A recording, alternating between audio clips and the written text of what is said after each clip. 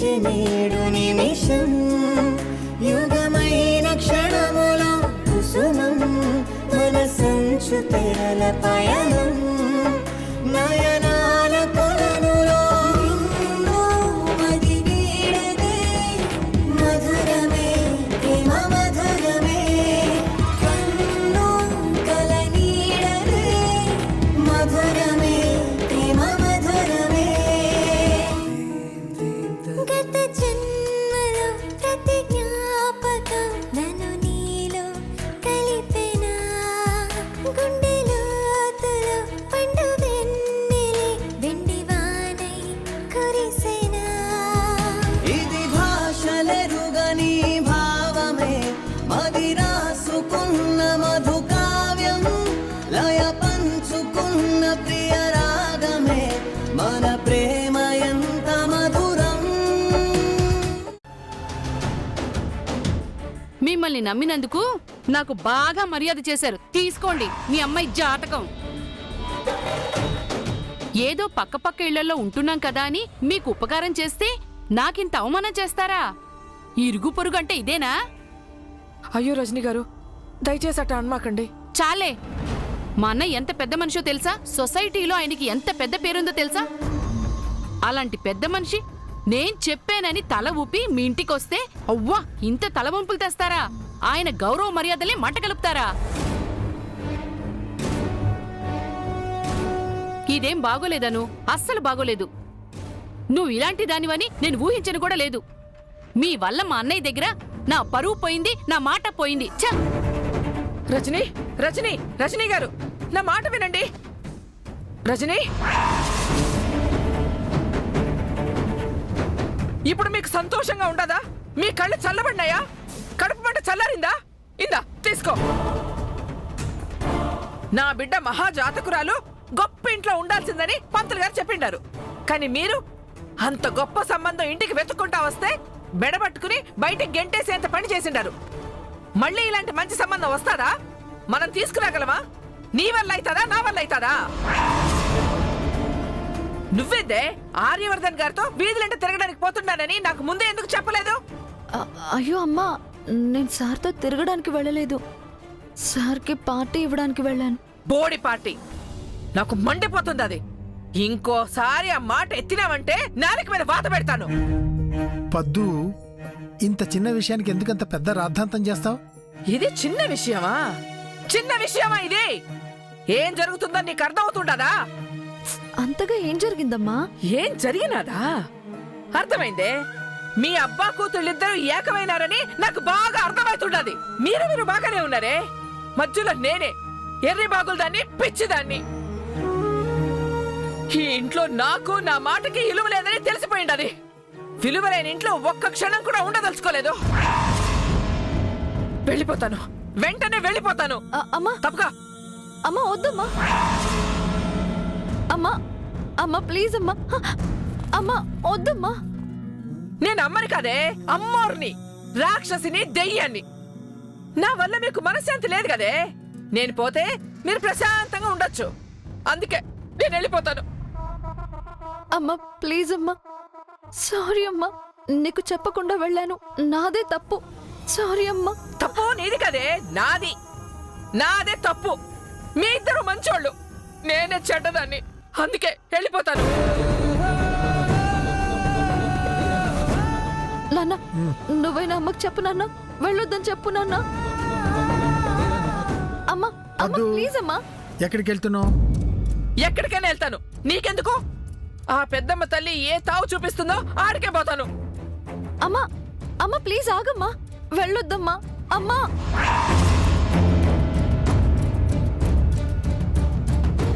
ఏ సుబ్బు, నా చెప్పులేడా? అక్కడే ఎక్కడ ఉంటాయి చూసుకో. అయినా చెప్పు లేకుండా వెళ్ళలేవా? పెద్దమ్మ తల్లి ఏమంటున్నాడు విన్నావా తల్లి? నాకు తెలుసు సుబ్బు, నాకు తెలుసు. నీ మనసులో నన్ను తరవేయాలనుంది కదూ.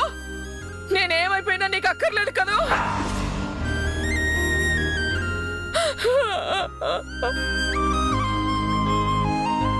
ఏంటి నాన్న నువ్వు? వెళ్ళొద్దని చెప్పడం పోయి అమ్మని ఏడిపిస్తావా? పద్దు రా లోపలికి. నా మాటిని లోపలికి రా. ముందా ఏడు పాపు, రా లోపలికి, నా మాట విను. మీరు నా మాట విన్నారా? అంత గొప్ప సంబంధాన్ని కాలదంతారా? హా, మళ్ళీ మొదటికి వచ్చావా? ఆ సంబంధం తప్పిపోవడమే మంచిదైంది. ఏంది మంచిదైందా? మరి మర్యాద తెలియని అలాంటి వాడింటికి మన బుజ్జి తల్లిని ఎలా పంపిస్తావే? మన బుజ్జమ్మని ఎన్నెన్ని మాట్లాడినాడు, ఎంత లేసి నిందలు వేశాడు. అసలు ఆ పెళ్లి కొడుకుని చూసావా? పెద్ద తింగర వెధవలా ఉన్నాడు. ఎలా ఉంటాయే? బాగా దుడ్లున్నాయి కదా. డబ్బు ఉంటే సరిపోతుందా పద్దు? మంచి మర్యాద ఉండక్కర్లేదు. సంస్కారం లేని ఆ పెద్ద మనిషి బుజ్జమ్మని అన్నన్ని మాట్లాడుంటే ఒక్క మాటకైనా ఆ పెళ్లి కొడుకు అడ్డు చెప్పాడా? అలాంటి అయోగ్యుడికి బుజ్జమ్మని కట్టబెట్టి బుజ్జమ్మ గొంతుకొద్దామా?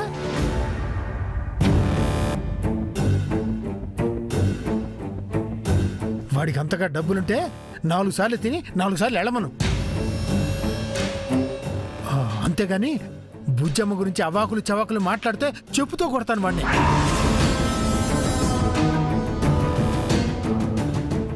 బుజ్జమ్మ గురించి మాట్లాడే అర్హత యోగ్యత రెండూ లేవు వాడికి.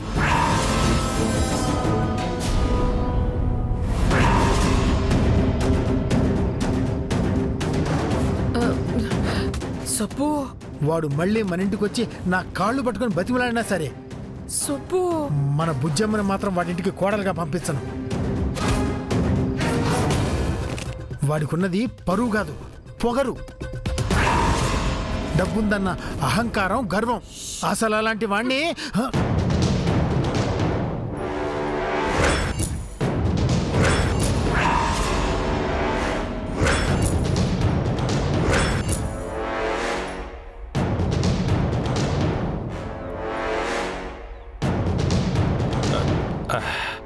సరిగ్గా చెప్పారు. మీ స్థానంలో నేనున్నా అలాగే మాట్లాడతాను.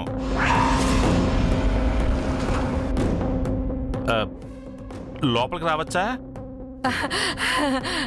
రండి రండి రండి రండి, తప్పుకో సుబ్బు, రండి కూర్చోండి. సుబ్రహ్మణ్యం గారు రండి, మీరు కూర్చోండి.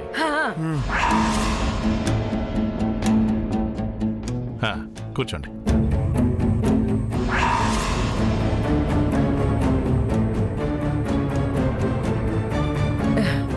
చెప్పండి సారు. ఇందాక మీ మనసును నొప్పించాను, దయచేసి నన్ను క్షమించండి. అయ్యో, మనకి మధ్య క్షమాపణలేంటి సారు? మనం ఒకటనుకుని వచ్చాను.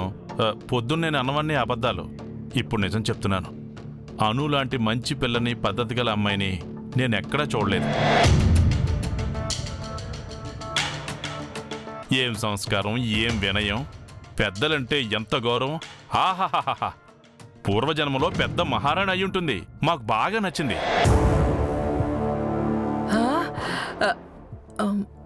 మరి ఇందాక రజనీ గారు చి అదంతా మర్చిపో అమ్మా. అదో పీడకలు అనుకో. నేను మారిపోయాను. ఇంత త్వరగానా?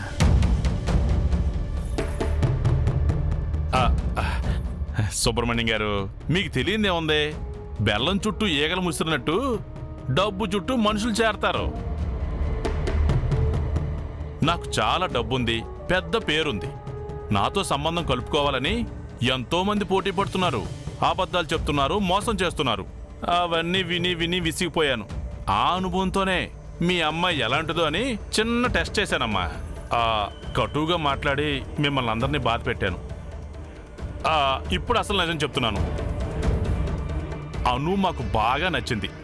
మా ఇంటి కోళ్ళయ్యే అర్హత అనుకు మాత్రమే ఉంది. మా సంపత్కి అనుయే సరైన భార్య. ఇది నేను ఫిక్స్ అయిపోయానమ్మా.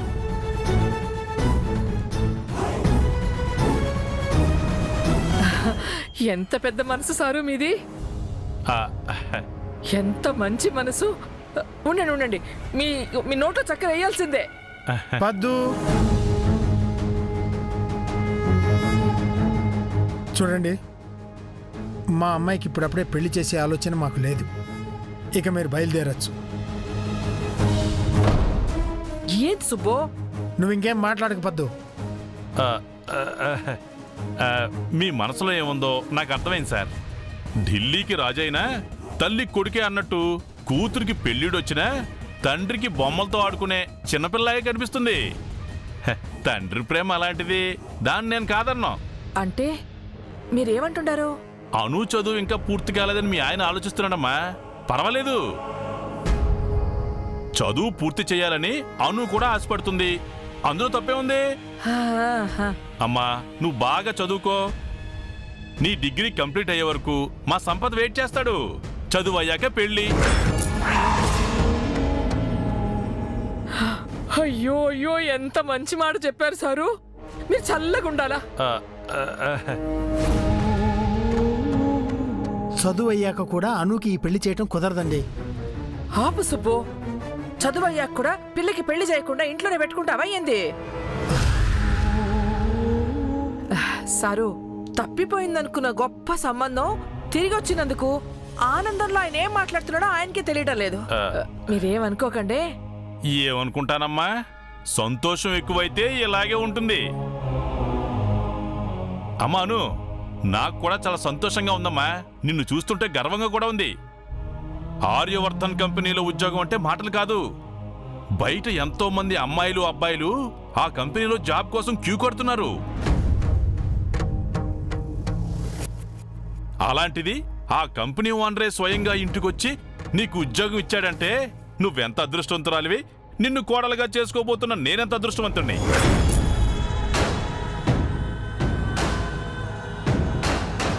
అంటే ఈ పెళ్లి ఖాయమా సారు? ఇంకా సారు గీరు ఏంటమ్మా, అన్నయ్య అని పిలు. అన్నయ్య గారు. అంతేనమ్మా. సొసైటీలో నాకు రెస్పెక్ట్ ఉంది. ఆర్యవర్ధన్ కంపెనీలో ఉద్యోగం చేస్తే అనుకు రెస్పెక్ట్ వస్తుంది. మన రెండు కుటుంబాలు కలిస్తే ఆ రెస్పెక్ట్ మరింత పెరుగుతుంది.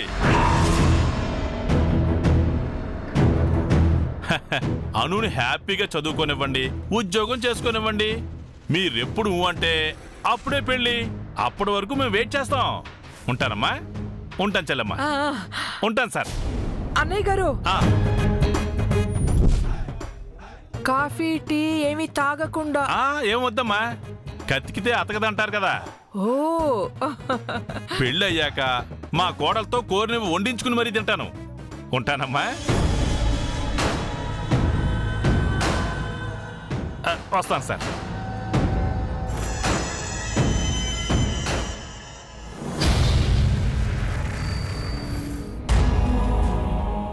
అమ్మా పెద్దమ్మ తల్లి, నా మొర ఆలకించినావా? నా పిల్ల పెళ్లి నిశ్చయం చేశావా? సంతోషం తల్లి, నీకు వేల వేల దండాలు.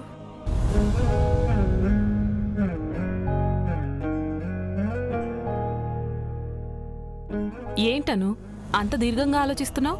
పెళ్లి గురించేనా? నువ్వు ఈస్ట్ అయితే ఆ సంపత్ వెస్ట్. వాడికి నీకు నక్కకి నాగలోకానికి ఉన్నంత తేడా ఉంది. వాణ్ణి గనక నువ్వు పెళ్లి చేసుకున్నావనుకో, నీ పని అవుట్. అబ్బా, అవుట్ అయ్యాను. అవునరా, కాస్త ఏమరపాటుగా ఉండుంటే అవుట్ అయ్యేవాళ్ళమే. చేతికి చిక్కిన చేప నీళ్లలోకి జారుకునేది. నేర్పుగా వలవేసి ఆ చేపను పట్టుకున్నాను. అసలు విషయం ఏంటన్నయ్యా? ఇందాకే నాకు తెలిసిందను. మా మామయ్య మళ్ళీ మీ ఇంటికొచ్చాడట కదా. ఎవరేం చెప్పినా సరే పెళ్లి విషయంలో మాత్రం పొరపాటు చేయకు. బాగా ఆలోచించి నిర్ణయం తీసుకో. బాగా ఆలోచించి ఆ ఇంటికి వెళ్ళాను. ఇంత జరిగాక మళ్ళీ ఏ మొహం పెట్టుకుని వెళ్ళనన్నయ్యా? ఆ సుబ్రహ్మణ్యం నిన్నెన్నేసి మాటలు అన్నాడు. ఆ సుబ్బు కోసం వెళ్ళలేదు. అను కోసం వెళ్ళావా నాన్నా? లేదురా, ఆర్యవర్ధన్ కోసం వెళ్ళాను. ఆర్యవర్ధన్ అంటే ఎవరో తెలుసా నీకు? ఆ పేరు ఎప్పుడైనా విన్నావా? ఇందాకే ఆయన చూశాం కదన్నయ్యా. ఆయన ఎవరైతే మనకెందుకు? ఎందుక? అను చేప పిల్లయితే ఆర్యవర్ధన్ తిమింగలం. ఈ స్టేట్లోనే పెద్ద బిగ్ షాట్, బిజినెస్ టైకూన్. పూర్వజన్మలో నువ్వు చేసుకున్న పుణ్యఫలమో ఏమో అంతటి పెద్ద మనిషి నీకు పరిచయం అయ్యారు. తన కంపెనీలో నీకు జాబ్ ఇచ్చారు.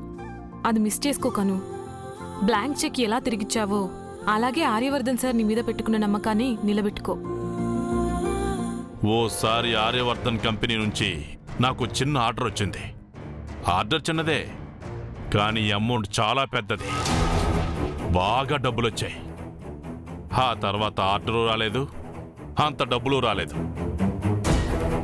చాలా రోజులుగా ఆర్డర్ కోసం వెయిట్ చేస్తుంటే ఇప్పుడు ఏకంగా అనురూపంలో పెద్ద అవకాశమే వచ్చింది. రేయ్, ఆ, నువ్వు అనుతో ఫ్రెండ్షిప్ పెంచుకో, ఆర్యవర్ధన్తో పరిచయం చేసుకో. ఎన్నాళ్ళని చిన్న చిన్న పనులు చేసి చిల్లరేరుకోమంటావు రజని? అందుకే కుంభస్థలాన్ని కొడుతున్నాను. దెబ్బకి సెటిల్ అయిపోవాలంతే. ఇంకేం ఆలోచించకుండా వెళ్ళి త్వరగా నిద్రపో. All the best.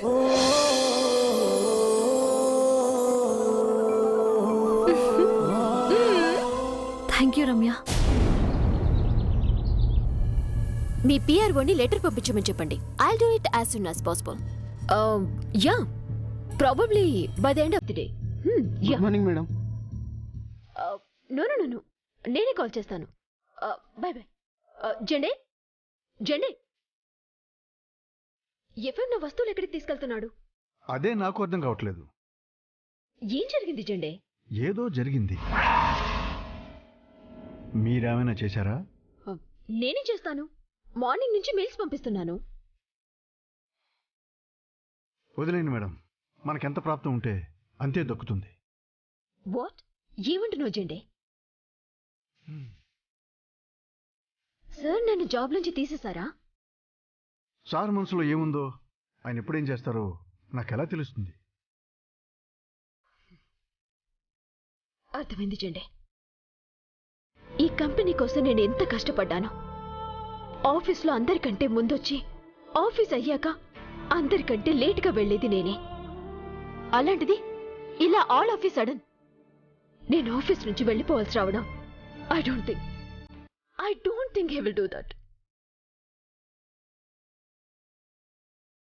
Sorry Meeraji, ఒకసారి మీరు బాస్తో మాట్లాడితే మంచిదేమో. తప్పకుండా మాట్లాడతాను జెండే. నేనేం తప్పు చేశానో అడుగుతాను. అంత ఆవేశంగా కాదు మేడం, ఆవేదంతో అడగాలి. కొంచెం ఎమోషనల్గా, ఇంకొంచెం బాస్కి మీ ముఖం చూడగానే జాలి కలగాలి. పర్ఫెక్ట్. సార్ దగ్గర ఇలాగే మెయింటైన్ చేయండి. వెళ్ళండి.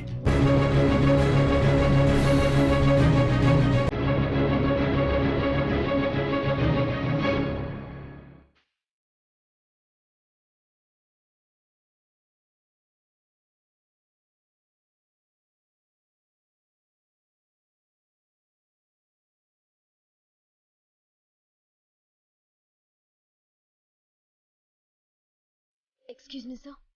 Yes.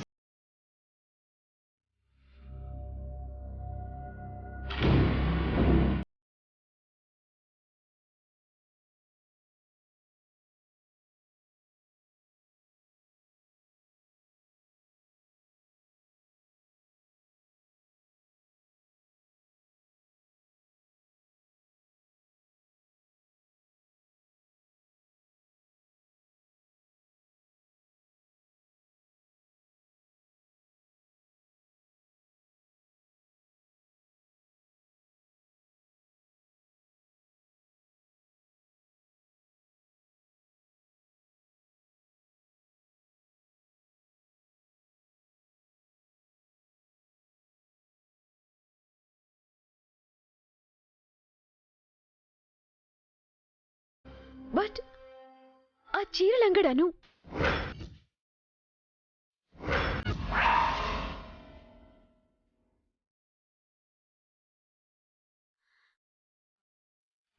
Sorry sir. అను వాళ్ళ ఫాదర్ అలా బిహేవ్ చేయడానికి నేను కూడా ఒక కారణం. కానీ అది ఎండ్ అయిపోయిన ఎపిసోడ్ సార్. ఇప్పుడు నేను లుక్ మీరా, కంపెనీ డెవలప్మెంట్ కోసం అప్పుడప్పుడు కొన్ని కఠినమైన నిర్ణయాలు తీసుకోవాల్సి ఉంటుంది. ఇన్ఫ్యాక్ట్ నువ్వైనా నా వాళ్ళైనా కంపెనీ తీసుకున్న డెసిషన్ని ఒబే చేయాల్సిందే. Got it?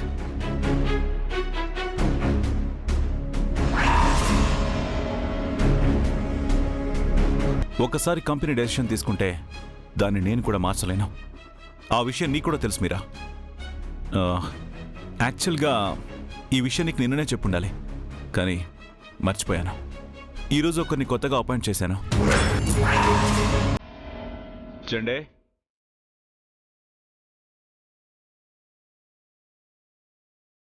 Appointment letter ready sir.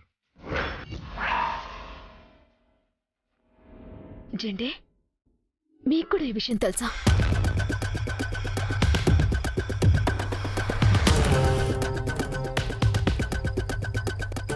It's okay sir, నేను ఇక వెళ్తాను. I just leave.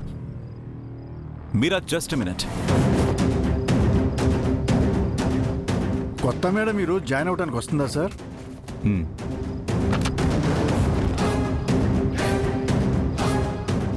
మీరా, కొత్తగా అపాయింట్ చేసిన అమ్మాయిని నువ్వే రిసీవ్ చేసుకోవాలి.